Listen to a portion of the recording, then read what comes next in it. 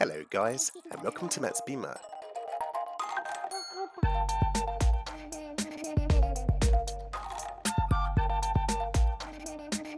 Today, my good friend Maxim gave me the possibility to film his 2019 Kia Optima Luxury Edition, which is in the 4th generation. The Optima has been the nameplate for Kia for many years now, since the year 2000 to be precise. It does get a bit confusing though, as there have been so many names depending on where you live. The original generation is known as the MS, which ran from the year 2000 up to 2006, though in China they were made from 2004 all the way up to 2011. They were also called the Magentis in Europe and Canada. They were basically a rebadged Hyundai Sonata. The second generation, known as the MG, ran from 2005 up to 2010. It was mainly known as the Magentis, but in South Korea it was known as the Luxe. I think that's how you pronounce it. The third generation, known as the TF, ran from 2010 to 2015, and in my opinion, it looks very similar to the Mark IV. In South Korea and in China, it was known as the K5. Worldwide, it was called the Optima. The fourth generation, aka the JF, ran from 2015 to 2020. It was mainly known around the world as the Optima, but in South Korea it was the K5. The fifth version is known as the K5 all around the world this time, and its codename is DL3, and it is currently in production. It's a very nice looking car, and I seriously like them. Back to the Generation 4, which is this car here, the JF. It was made in various countries, such as South Korea, the USA, China, Malaysia, Kazakhstan, Russia, and Algeria. It was designed by a man called Peter Schreier, which helped to also design the similar looking third generation.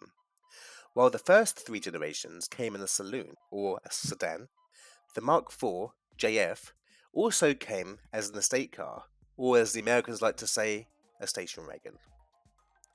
There were so many powertrains available.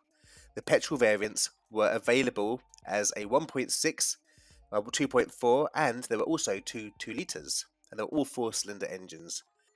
The petrol hybrid car has a 2-litre NU engine, or new engine. It's a 4-cylinder, and so did the petrol LPG cars. Diesels came in both a 1.6 and a 1.7. There were 3 transmissions available, a 6-speed manual, a 6-speed automatic, and a 7-speed DCT. Exterior. So, this car here is finished in Pluto Brown, codename G4N. Sometimes it does look a bit black in some lights, which I like. Just in front of the bonnet, we have the famous Kia badge, though the design has changed a lot since this era. What I love about some of the Kia models from this era is the grille, a lot of chrome and grey highlights. The headlights on this car are the LED variant. I have been told that they give a wonderful view of the road ahead. Moving on down, we have the colour-coded tow and eye cover. Up front, we have the parking sensors, 4 of them to be precise, which work nicely with the car's infotainment system. Being the luxury trim, or the Luxe trim, this car here does not have a front camera. I like the design of the grills around the front fog lights. I think they look pretty sporty, especially with the way the lower bumper and grille is shaped. This car has a coefficient drag of 0.27, which is pretty good for this type of car. The low-down wipers and jet washers help with this. You can't really see much here, but there are sensors for the rear view dimming mirror, and I also believe the auto air conditioning, and I think maybe the automatic wipers and headlights. On the front wings, you have little vents to help with the style. The alloys in this car are the 17-inch machine polished wheels, which to be honest is one of my favourite types. They are wrapped in 215/55R17 Continental tyres. The front steel brakes are ventilated, and this car has power assisted ABS with electronic stability control. The front suspension is made up of independent McPherson struts and coil springs. There are mud flaps up front and also at the rear too.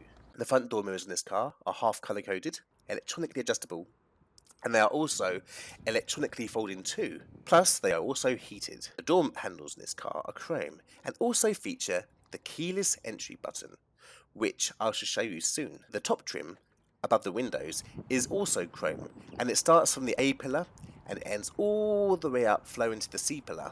To gain access to the 70-litre fuel tank, you need to reach inside and push the button on the dash just here, which opens the fuel flap. On the fuel door, you have the recommended fuel type and a place to hang your fuel cap. Just push the door to close it and it will click into place. The rear wheels are the same size as the front, giving it a square setup. The rear suspension is independent, has multi-links, coil springs, and it has a stabilizer bar. The rear brakes in this car are solid disc brakes. Looking at the side skirts, they also have a nice bit of chrome detailing. Moving around to the back of the car, this car has a shark fin aerial, heated rear window, which is tinted like the rest of the windows at the rear of the car.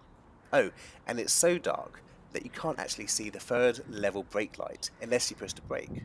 Here is the oval rear Kia badge, while the Optima badge is just under the left tail light. I find that these rear LED taillights are quite attractive and clear to understand. Down here are the rear reflectors. As you can see, there are 4 parking sensors which work with the car's infotainment system and also the rear parking camera, which is just here, along with the rear number plate bulbs and the boot release. I like the rear bumper with its gloss black diffuser with chrome details. I also like the 2 oval exhaust tips. The length of this car is 485.5 centimeters, which is at 191.1 inches. It has a width of 186 centimeters, which is 73.2 inches. A height of 146.5 centimeters, which is 57.6 inches. And it has a ground clearance of 13.5, which is 5.3 inches. Let's have a look inside the car. Here is the key, which is nice, but it does feel quite light. On the back is the Kia badge. The middle button is the unlock button. Notice that the door mirrors unfold. If you hold it down, all the windows will go down.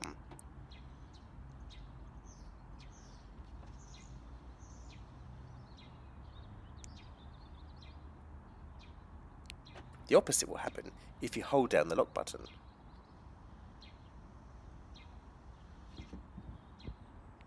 If you hold down the bottom button, it releases the boot a little bit.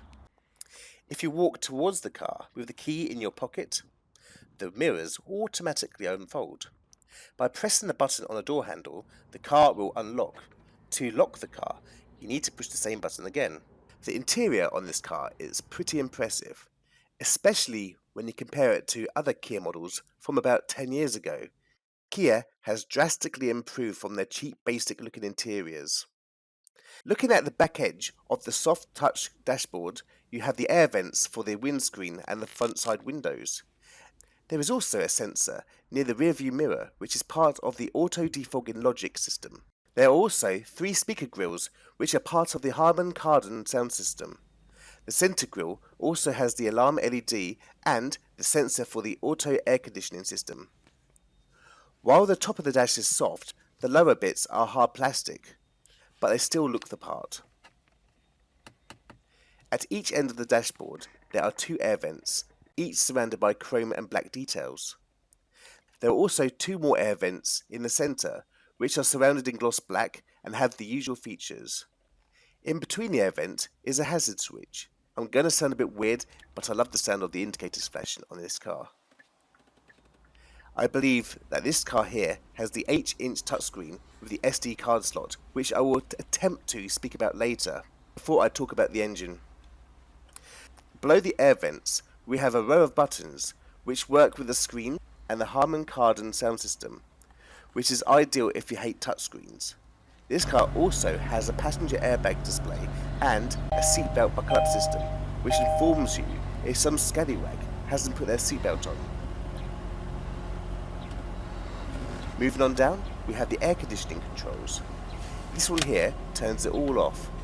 If you press in the left wheel, which is called the auto button, it will automatically adjust the car's temperature to whatever you desire. The actual wheel itself adjusts the temperature for the driver. These two buttons here adjust the 8-speed fan.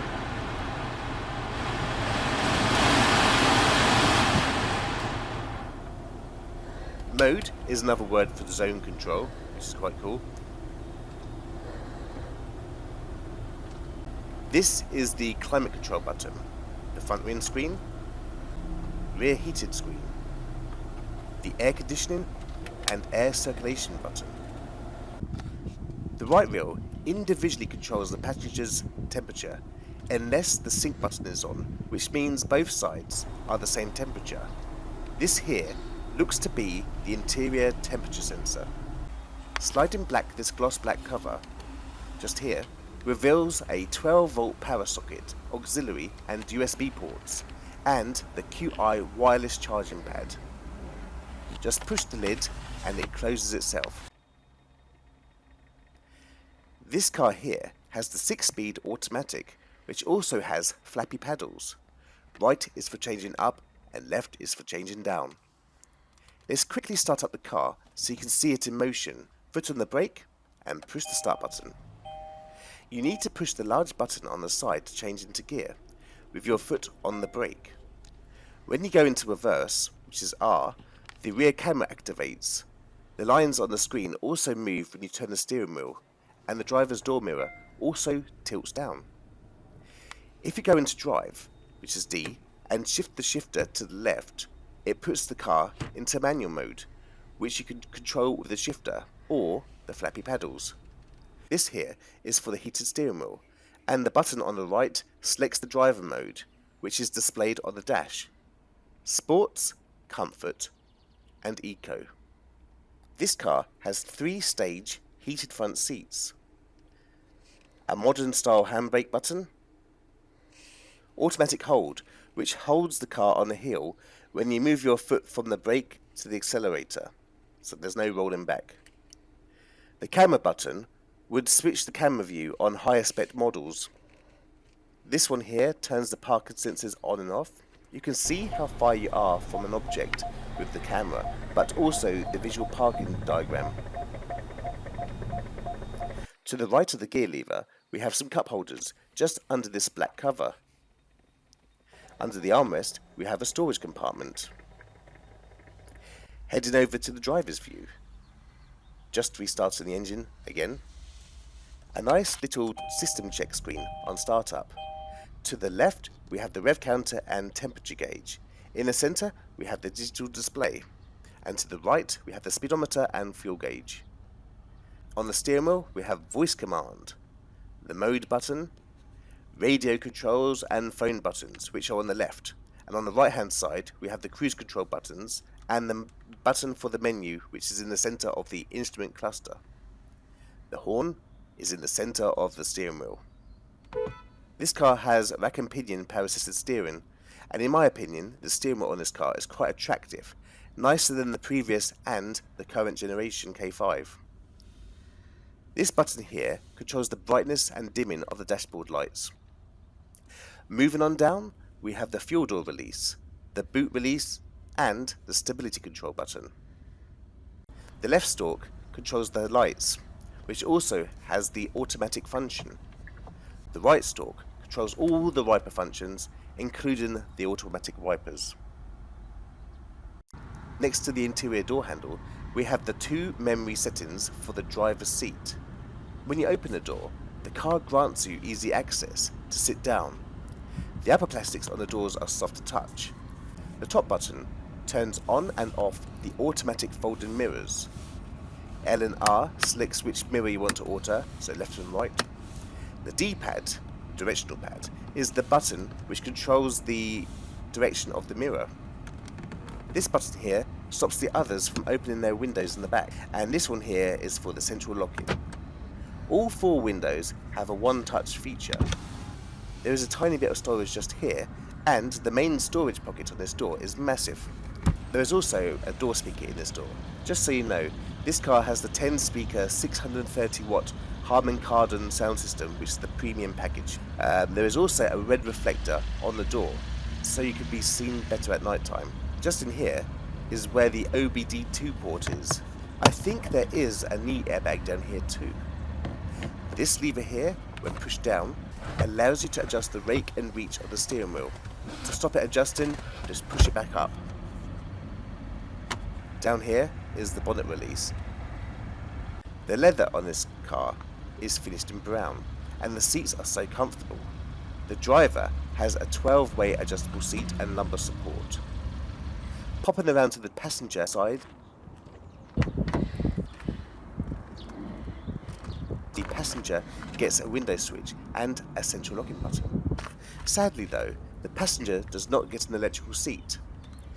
He just gets the standard one, which is manual. Here is the key slot, which allows you to turn on and off the passenger airbag. The glove box is of a nice size. There was too much inside it to investigate further. The rear view mirror on this car features a dimming mirror, so basically when a car is behind you, the rear view mirror will tint.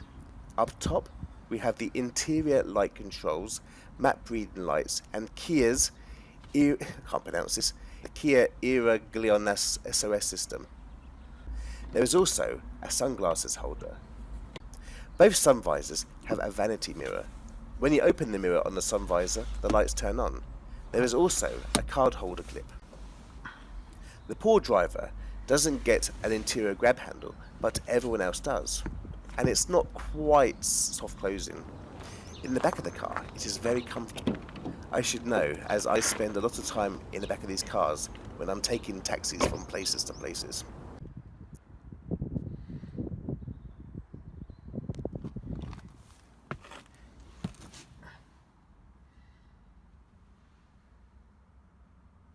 There are door pockets in the back of the front seats, which is a nice touch. There are air vents in the centre, which are fully adjustable, and underneath those we have a 12-volt power socket and a USB socket, ideal for charging up your telephone. The plastics in the back feel much cheaper than the ones in the front when it comes to giving the rear doors a touch. The rear door armrests are soft though. The rear passengers get a window switch each and also a button which controls their 2-stage heated seats. There is also some storage in the rear doors and the door speakers. This is where the child locks are on this car. The rear seats get ISO fixed points.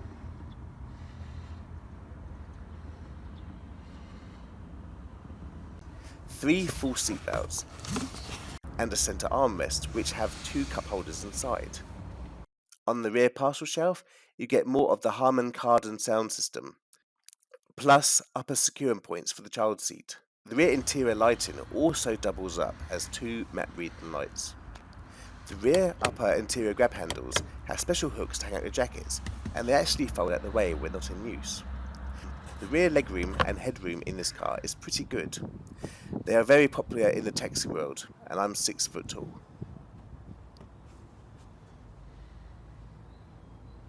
Let's have a look inside the boot.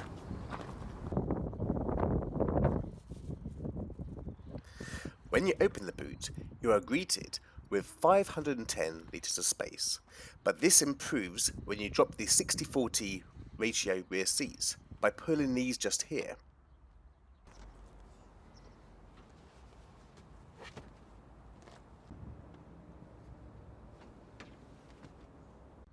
As you can see though, the floor isn't flat when folded down. Here is the emergency boot release, should you get locked in the boot or run out of battery. Behind these little doors here, we have the access to the rear lights. This is the emergency access to the rear fuel door. There are also many tethering points to keep your luggage all safe and secure. Underneath the floor is a full-size spare wheel and a toolkit, which is great. So the first thing I'm going to do is turn it on. There you go. These buttons down at the bottom here are the actual shortcut buttons for this multimedia system. If you push radio, it takes you to radio mode. Here you have the list of the favourite stations. To go back, you just push this one here. You have a list of all the stations just there. This one allows you to scan for your stations that you want to hear. This is travel announcement. So this is the first time I've actually ever used this system. I'm just quickly checking it. So I'll put the ignition back on. Okay. FM, AM radio. Okay, turn it down because I don't want to get copyright. Not that there's any sound anyway. Okay, let's go to the home button. This brings you onto this one here. As you can see, the sat nav's on the left. You have the radio station there. You have the menu button, the information button, and my menu button. Let's push information. So this one here tells you all about the traffic information. Not connected to the line. So this one here gives you all the information about when you're on sat nav and where the petrol stations are and parking, what the weather's like, etc. If you go to all menus, you have a whole list of different menus. So here you have the telephone, push that. Your telephone will work if it's connected by the Bluetooth. Information once again, a quick guide on what to do. So it's like the what do you call it? The instruction manual for the whole car, which is quite cool. The home button. Oh, this is still the finger. Okay. Anyway, radio, media. There's no SD card in it, so I won't do anything. Apple CarPlay, Android Auto, all that kind of stuff. This is the current position. It's quite cool. So when you move it, that's the compass. You have all the shortcuts there for the actual sat nav. What's this do? There you go. So not much. I haven't got much information on this because it's the first time I've actually ever used this system. If I push menus again, you can slide it along to the side, and then again you have the navigation again, all the options for that, different routes. Yeah, points of interest. And also you have voice memo, which is quite cool. Not that I'd actually use that. You have my menu, which is the other menu too. Nothing there. See? You have the settings for the car, which will be interesting for some. You have sat nav settings, sound settings for all the car. Oh wow! So this allows you to change the position of the sound for the Harman Kardon sound system. Yeah, so much you can do in this car. Look, very cool. Display obviously changes all the displays, like dimness, brightness, dim and default. Here you have the Bluetooth settings, the phone projection, I don't know what that does, Wi-Fi, you can change the date and time, languages, so in a minute I have to change back to the original language. This way, keyboard, screensaver, advanced settings, what's on there? Okay. And system information. There you go. I would love to spend more time looking at the system myself, but I have to wait. I have to go soon to take my daughter home and my wife, so unfortunately this bit here isn't as in-depth as I wanted, but hopefully get a rough idea of what I'm doing. Yeah.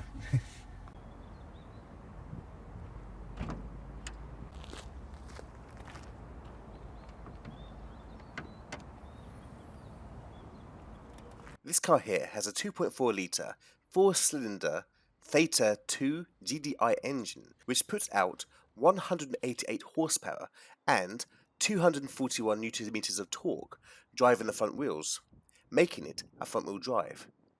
It has a 6-speed automatic gearbox. It has a curb weight of 1,575 kilograms, which is just over 1.5 ton. This 2.4 auto has a top speed of 130 miles per hour, which is 210 kilometers per hour. 0 to 62 or 0 to 100 kilometers per hour is 9.1 seconds. When it comes to the fuel consumption, they say it does about 33 miles per gallon on average. Now, let's start the car and listen to it purr.